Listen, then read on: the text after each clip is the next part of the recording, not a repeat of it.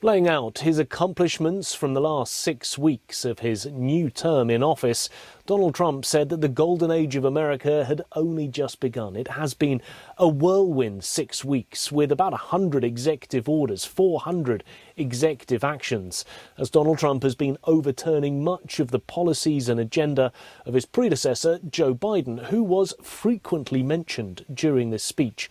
Donald Trump very much in campaigning mode, as he relied on his predecessor as the scapegoat for many of the things that Donald Trump says is wrong with the country, including the cost of living. He gave no real specifics about how he was going to bring down the cost of living and bring down inflation, two big things that he campaigned on ahead of November's election. But of course, this comes at a time of tariffs, when economists are warning that those will increase inflation and the cost of living. He has kicked off that global trade war, and in his speech he promised there was more to come, with reciprocal tariffs on April the 2nd against a whole multitude of countries, essentially any country that put tariffs against America. He will be putting those reciprocal tariffs in place.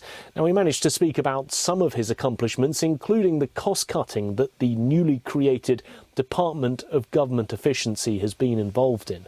He says that millions and millions of dollars right across the board has been saved, and he said much of that has happened from the cutting of international aid programs that was taking place around the world. He mentioned one in Mozambique, another one in Lesotho. But he also said that Lesotho was a country that nobody had ever heard of. In that country, $8 million was cut from the US budget, money that was earmarked for LGBTQ plus rights in the country.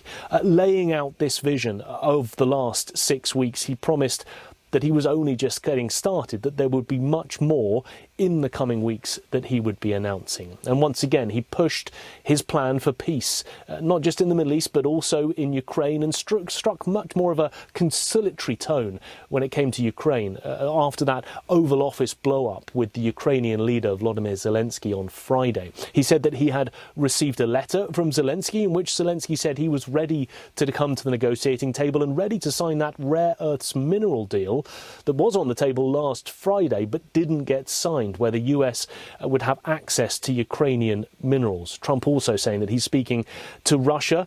Serious discussions, he said, had taken place with Moscow, and he said that he was getting strong signals that they are ready for peace. So pushing ahead with that idea of being a peacemaker at a time of very divisive politics, because we saw throughout this speech Republicans cheering the president with standing ovations almost every other line, while Democrats remained stony-faced in their seats. One Democrat lawmaker was even ejected from the chamber for protesting during Donald Trump's speech.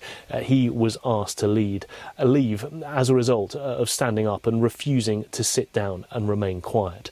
Democrats, though, still haven't found any meaningful way to push back against the president, a man that they said last year was going to be a threat to democracy. Nick Harper, SABC News, Washington.